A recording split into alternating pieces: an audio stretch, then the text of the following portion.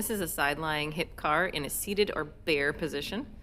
Essentially, it's just like all the other hip cars, except we're flexing the hip on the non-working leg so that we can quiet the pelvic movement that is compensating while we're trying to work hard on the hip and isolating just the hip to move. Here's how you do it. This is essentially the position that you're going to be in once you lie down on your side, with the addition of tucking the back pockets down toward the heels.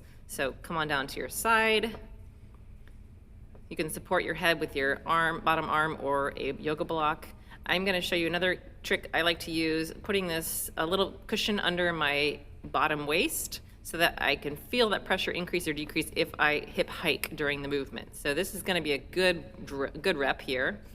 You can trace your foot along the wall if you are set up to the right amount of hip flexion and it just works for you.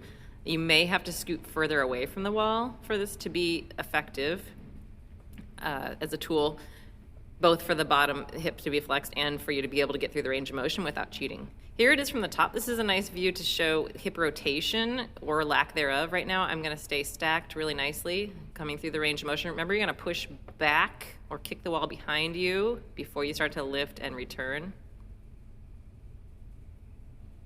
So that's a good rep. My hips stayed in line with my shoulders. You never saw them peeking through. Here's a couple bad reps. Here's first from the side. Watch my bottom waist. That gap is going to close as I hip hike through the top. And then it's going to peek open again. And then as I come back through that hardest part for me again, my waist is going to dip down again. So we don't want that. Here's another example of what we don't want. As I come around, my pelvis is going to rotate. You're going to see my right butt cheek start to peek out. Oh, where is it?